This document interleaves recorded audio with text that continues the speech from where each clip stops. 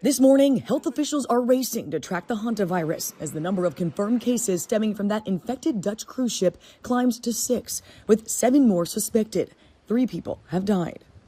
U.S. health officials now monitoring at least 9 Americans in 6 states, including Arizona, California, Virginia, Texas, Georgia, and New Jersey for possible infections, though none have shown symptoms. The virus does have a pretty lengthy incubation period, so they will be monitoring for quite some time. They're among 30 former passengers who left the Dutch cruise ship on April 24th in St. Helena, a remote island in the South Atlantic, before anyone knew the virus was on board. They were part of a group traveling to a dozen different countries, leaving public health officials scrambling to complete contact tracing. Now, all eyes turn here to the Spanish island of Tenerife off the coast of West Africa, the largest and most populated of the Canary Islands, where the ship, still carrying 87 passengers and 60 crew members, representing 24 different nationalities, including 18 Americans, is expected to arrive around midday tomorrow, none currently showing any symptoms. A doctor on board sharing these new images from the ship showing medical teams suited up during the evacuation of sick patients a few days ago.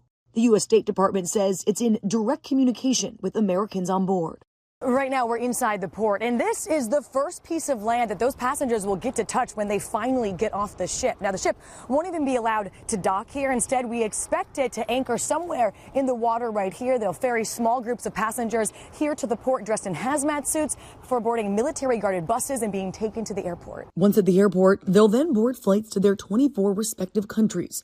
The U.S. State Department announcing a special flight for American passengers. A CDC team will escort them onto a charter flight heading to the National Quarantine Unit in Omaha, Nebraska. It's the same facility used to quarantine COVID patients in the early days of the outbreak. Should one of these individuals develop symptoms concerning for hantavirus, they will be assessed by our team and transferred into our biocontainment unit for care. The CDC emergency response is classified as a level 3, the lowest risk to the public.